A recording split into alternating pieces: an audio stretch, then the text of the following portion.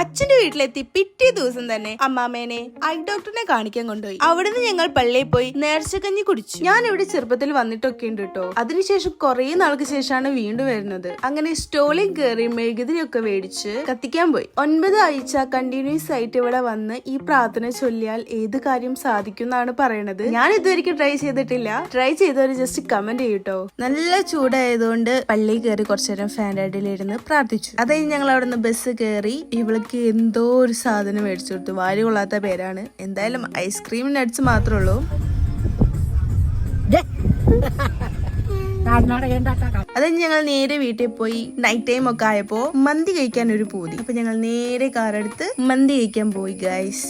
മന്തി വരുന്ന വരെ അച്ഛന്റെ മൂത്ത സന്തതിനും താഴെയുള്ള സന്തതിനും ചൊറിഞ്ഞിരുന്നപ്പോ ഒരു ആശ്വാസം. അപ്പോഴേക്കും മന്തി വന്നു. പെരിപ്പെരി മന്തിയാണ് ഓർഡർ ചെയ്തത് കേട്ടോ. കുമ്പ നിറച്ച് മന്തി കഴിച്ചപ്പോ ഒരു ഐസ്ക്രീം കൂടി കഴിക്കാൻ തോന്നി. അങ്ങനെ ഐസ്ക്രീം മേടിച്ച് നേരെ വീട്ടിൽ പോയി. ഇന്നത്തേക്ക് ഇത്രയുള്ളൂ.